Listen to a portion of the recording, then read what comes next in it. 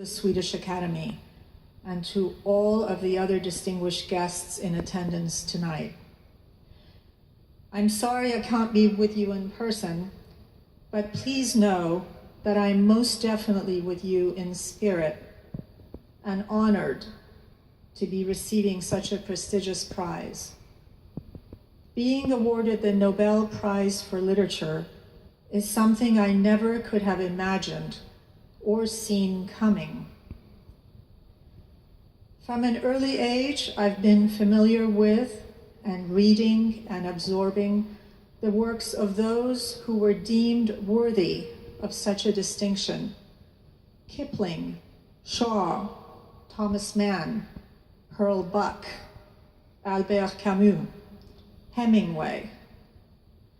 These giants of literature whose works are taught in the classroom, housed in libraries around the world, and spoken of in reverent tones, have always made a deep impression. That I now join the names on such a list is truly beyond words. I don't know if these men and women ever thought of the Nobel honor for themselves, but I suppose that anyone writing a book or a poem or a play anywhere in the world might harbor that secret dream deep down inside. It's probably buried so deep that they don't even know it's there. If someone had ever told me that I had the slightest chance of winning the Nobel Prize, I would have to think that I'd have about the same odds as standing on the moon. In fact, during the year I was born, and for a few years late after, there wasn't anyone in the world who was considered good enough to win this Nobel Prize. So I recognize that I'm in very rare company, to say the least. I was out on the road when I received this surprising news, and it took me more than a few minutes to properly process it. I began to think about William Shakespeare, the great literary figure. I would reckon he thought of himself as a dramatist. The thought that he was writing literature couldn't have entered his head. His words were written for the stage, meant to be spoken, not read. When he was writing Hamlet, I'm sure he was thinking about a lot of different things. Who are the right actors for these roles? How should this be staged? Do I really want to set this in Denmark?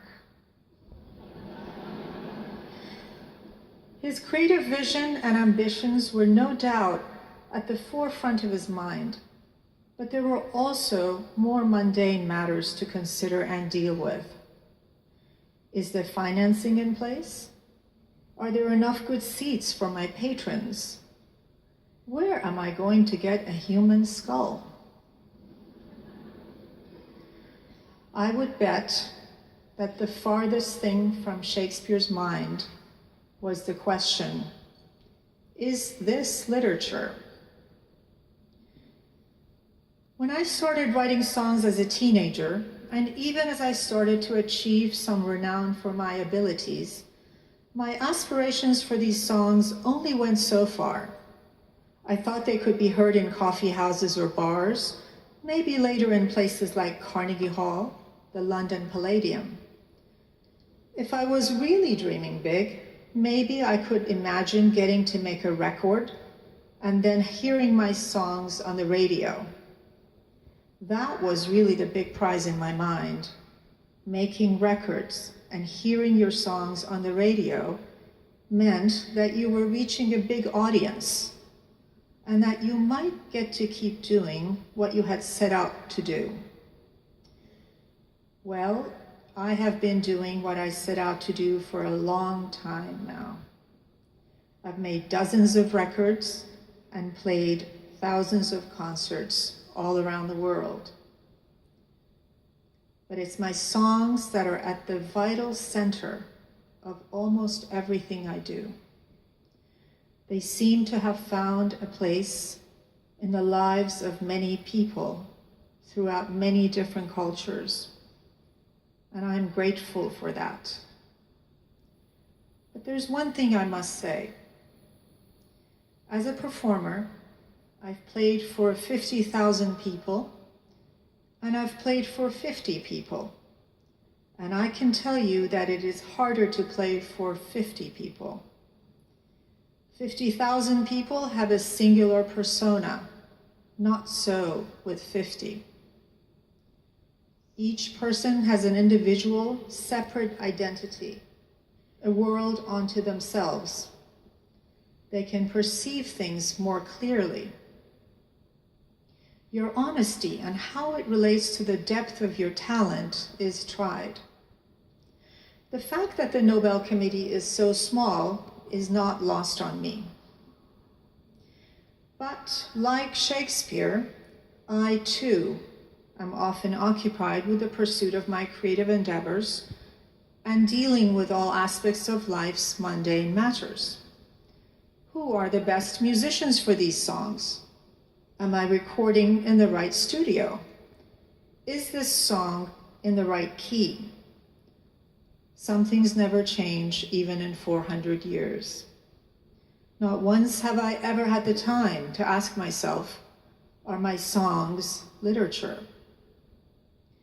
So I do thank the Swedish Academy, both for taking the time to consider that very question, and ultimately, for providing such a wonderful answer. My very best wishes to you all, Bob Dylan.